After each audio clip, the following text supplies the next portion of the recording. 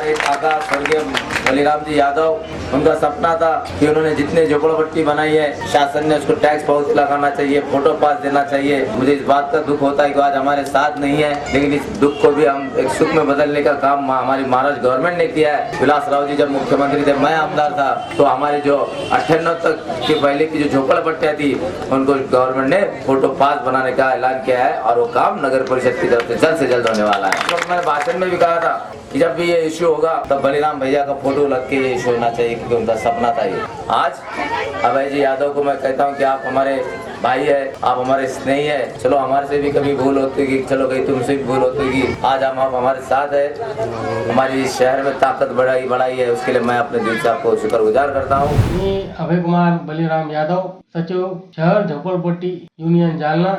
आज मला फार आनंद होत आहे की जालना शहराच्या 40 झोपडपट्ट्यांना मालकी हक्क मिळणार आहे अशी बातमी ऐकण्यात आली आहे।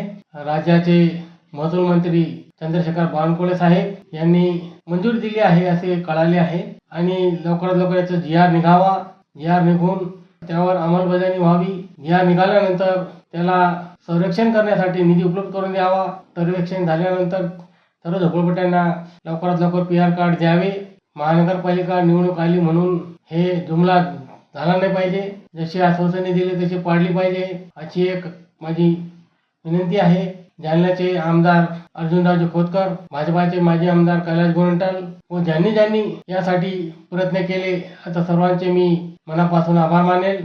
लवकरात लवकर जर पीआर कार्ड झालं तर मी सर्वांचं स्वागत करेल। जालना शहरातील 22 झोपडपट्ट्या ही लोकनेते बलिराम यादव यांनी बसवलेले आहे। त्यात कन्यानगर हा भाग वन विभागात मोडतो। वन विभाग क्षेत्राची जमिनीला मंजुरी मिळण्यासाठी केंद्राची आवश्यकता असते। केंद्राने जेव्हापर्यंत त्याला मंजुरी दिली नाही तेव्हापर्यंत पीआर कार्ड काय साधा आपल्याला एनओसी मिळत नाही। तर यासाठी मी या जिल्ह्याचे नेते व केंद्रीय मंत्री रावसाहेबजी दानवे साहेब यांना अशी विनंती करतो की त्यांनी जसा कन्यानगरच्या रोडसाठी प्रयत्न केला, एनओसी आणली, तशी या झोपडपट्टीसाठी बी एनओसी आणावी आणि जालना शहरातील सर्व झोपडपट्ट्या सहित कन्यानगरला पीआर कार्ड सोबत मिळावा असा प्रयत्न करावा अशी मी विनंती करतो। लोकनेते बलिराम यादव यांनी त्यांच्या काळामध्ये अनेक वेळा भव्य मोर्चे असे काढलेले आहे, हे सर्व नेत्यांना माहीत आहे, त्यांना काही नवीन सांगायची गरज नाही, हे नेते सर्व लहान होते तेव्हा। तर माझी अशी विनंती आहे की जेव्हा हे पीआर कार्ड